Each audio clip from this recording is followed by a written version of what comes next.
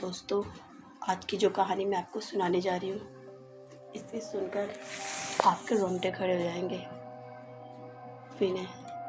विनय एक बीमा कंपनी में काम करते हैं। उनकी कंपनी उनको एक जगह से दूसरी जगह ग्राहक से मिलने के लिए भेजती रहती है, यानी कि एक शहर से दूसरे शहर उनका आना जाना लगा रहता है, जिसके कारण वो अपना घर एक ठिकाने पर नहीं रख सकते थे। इस बार उनको नेपाल के एक छोटे से पहाड़ी इलाके में जाना था, करीब 1 महीने के लिए। इसलिए इस बार उन्होंने अपनी पत्नी को भी साथ ले लिया। परिवार में सिर्फ वो 2 ही लोग थे और उनकी पत्नी उनके साथ ही रहती थी। विनय और उनकी पत्नी दोनों नेपाल के लिए निकल पड़े। वैसे भी ठंड का मौसम था और नेपाल में ऊपर से बहुत तेज़ बर्फ़ भी पड़ रही थी, जिसकी वजह से वहाँ पर ठंड और ज़्यादा थी। वो लोग अपने घर पहुँच चुके थे। अपने घर तक पहुँचने के लिए उनको बहुत ही कठिनाइयों का सामना करना पड़ा, क्योंकि घर छोटे से गांव में एक पहाड़ी इलाके में था, जिसकी वजह से दोनों बहुत थक चुके थे। और घर कुछ दूरी पर थे, मतलब छोटे से गांव में जो घर थे बहुत ज़्यादा घर नहीं थे, थोड़े ही घर थे और कुछ दूरी पर थे, पास में घर नहीं थे। रात के करीब 12:30 बज चुके थे। जहाँ वो रह रहे थे वहाँ दूसरे घर आसपास में नहीं दिखाई दे रहे थे। बाहर ज़ोरों से ठंडी हवा और बर्फ़ गिर रही थी। दोनों अपने रज़ाई में दुबक कर आराम ही कर रहे थे। अचानक उनको लगा किसी ने उनके घर का दरवाज़ा खटखटाया है।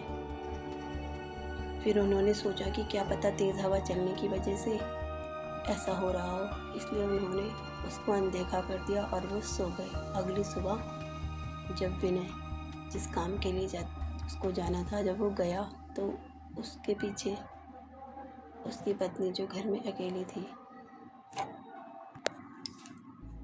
उसको समझ नहीं आ रहा था कि अब वो घर में बैठे बैठे अकेले क्या करे और कैसे वक्त बिताए। फिर उसने सोचा चलो कहीं बाहर घूम आती हूँ। तो ऐसा सोच के उसने तैयारी की, यानी कि बाहर जाने के लिए, ठंड में जाने के लिए उसने अपने आप को पैक करा। उसने स्वेटर, ग्लव्स, मोजे वगैरह पहन करके अपने आप को पैक कर लिया था। बाहर ठंड तो थी पर हवा नहीं थी, इसलिए उसने सिर्फ अपना स्वेटर पहना था और ग्लव्स, मोजे वगैरह निकाले थे। बाहर निकलने के लिए वो तैयार हो गई थी। जैसे ही उसने अपना घर का गेट खोला, वैसे ही वो देखती है कि घर के पास एक खंबे के पीछे एक छोटा सा बच्चा खड़ा है, जो चुपके चुपके उसको देख रहा है।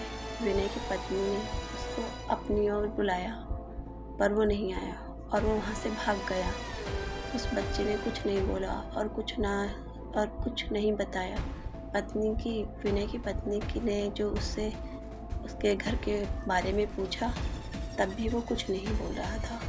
आखिर में उसका नाम पूछने पर उसने अपनी धीमी सी आवाज़ में अपना नाम सूर्य बताया और फिर वो वहाँ से भाग गया। अगले दिन भी कुछ ऐसा ही हुआ। वो लड़का उसको फिर से घूरे जा रहा था। इस बार उसकी पत्नी ने उस बच्चे को पकड़ लिया और पूछा, तुम्हारा घर कहाँ है? पर उस बच्चे ने कुछ नहीं बोला। उसने फिर पूछा कि तुम यहाँ क्या कर रहे हो? उस बच्चे ने उसको कोई जवाब नहीं दिया। विनय की पत्नी उसके घर के बारे में पूछने लगी, तब भी उसने कुछ नहीं बोला। उसको उसका व्यवहार कुछ समझ नहीं आया। ये सिलसिला ऐसे ही चलता रहा। वो बच्चा रोज़ उसको खंबे के पीछे से निहारता रहता था। उस दिन रविवार की रात थी। दोनों घर में ही अंगीठी के सामने आग ताप रहे थे, विनय और उसकी पत्नी, क्योंकि बाहर की हालत बहुत ख़राब थी। इतनी ख़राब थी कि कुछ देर के लिए भी कोई बाहर रुक नहीं सकता था। अगर बाहर गलती से कोई निकल जाए तो ठंड के मारे उसकी जान ही निकल जाए। इस तरह की ठंड उस वक्त वहाँ पड़ रही थी। अचानक दरवाज़ा किसी ने खटखटाया। उन दोनों को फिर लगा कि शायद हवा की वजह से ऐसा हो रहा हो। तभी फिर से किसी ने दरवाज़ा खटखटाया। इस बार खटखटाने की आवाज़ साफ आ रही थी। ये आवाज़ सुनकर दोनों डर गए, क्योंकि इतनी रात को भी जान लेने वाली ठंड में आखिर कौन बाहर निकलता है। दोनों केवल एक दूसरे का मुंह देख रहे थे। अचानक दरवाजे के बाहर से धीरे धीरे रोने की आवाज़ आने लगी। तभी विनय ने ज़ोर से आवाज़ में बोला, कौन है बाहर? कुछ देर तक आवाज़ तो नहीं आई, पर बाद में एक धीमी सी आवाज़ आई, दरवाज़ा खोलो, कृपया करके दरवाज़ा खोलो, मुझे बहुत ठंड लग रही है। ये आवाज़ किसी छोटे बच्चे की थी। तभी विनय की पत्नी को ये आवाज़ जानी पहचानी लगी। उसने कहा, ये तो वही बच्चे की आवाज़ लग रही है जो आज घर के बाहर खड़ा था। विनय की पत्नी ने कहा कि हमें उसे अंदर लाना चाहिए। वो भागते हुए अपने दरवाजे के पास जा ही रही थी, अचानक उनके घर के फ़ोन की घंटी बजी। फ़ोन एक पड़ोस में रहने वाली औरत का था, जिससे आज ही विनय की पत्नी मिलकर आई थी। विनय की पत्नी ने फ़ोन उठाया। वहाँ से उस औरत की आवाज़ आई, हेलो जी, मैं आपको बताना भूल गई थी कि अगर आपके घर के बाहर कोई भी दरवाज़ा खटखटाए तो उसको मत खोलना। विनय की पत्नी ने कहा कि अभी मेरे घर के बाहर एक छोटे से बच्चे की आवाज़ आ रही है जो दरवाज़ा खोलने को कह रहा है। तभी उस औरत ने कहा कि नहीं, आप बिल्कुल मत खोलना, वो असल में एक आत्मा है। यहाँ जब जब तेज़ आंधी और ठंड पड़ती है तो वो सभी के दरवाजे के बाहर जाता है और दरवाज़ा खोलने को कहता है। वो ठंड का बहाना बनाता है और दरवाज़ा खुलवाने की कोशिश करता है। अगर कोई गलती से भी दरवाज़ा खोल देता है तो वो अगले दिन बर्फ़ में दबा हुआ मिलता है।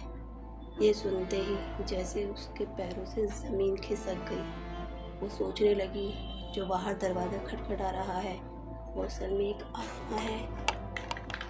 उन्होंने दरवाज़ा नहीं खोला।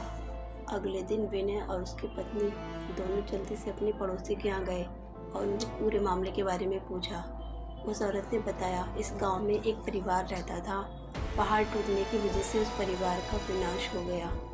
बस एक बच्चा बच गया। वो दूसरों के घर जा जाकर खाना मांगता। एक दिन बहुत ज़ोरों से बर्फ़ आंधी पड़ी थी। वो दूसरों के घर से खाना मांग कर खाता था, लेकिन बाहर ही रहता था और दरवाज़ा सबका खटखटाकर अंदर आने की गुहार लगाता था, पर किसी ने भी उसकी गुहार नहीं सुनी। ठंड की वजह से सब अपने घरों में दुबके रहते थे। अगले दिन सुबह होने पर उस बच्चे की लाश में बर्फ़ में अकड़ी हुई मिली। आज भी कभी कभी ज़ोरों से बर्फ़ की आंधी तूफान आती है तो उसकी आत्मा सबके घर के पास आती है और गुहार लगाती है। ये सब सुनकर दोनों हैरान रह गए, लेकिन वो वहाँ 1 महीने जब तक रहे तब तक 3-4 बार उनके साथ ऐसा ही हुआ। लेकिन विनय का काम ख़त्म हो जाने पर वो वहाँ से चले गए। पर विनय की पत्नी के दिमाग में एक रहस्य हमेशा बना रहा कि उस घटना के बाद जो बच्चा उसे रोज़ घर के बाहर दिखता था वो अब कभी नहीं दिखा। अगर आपको मेरी कहानी अच्छी लगी तो प्लीज़ मेरे चैनल को सब्सक्राइब कर लें और प्लीज़ लाइक ज़रूर कर दें और कमेंट कर दें कि आपको आगे किस तरह की कहानी सुनना पसंद है। धन्यवाद।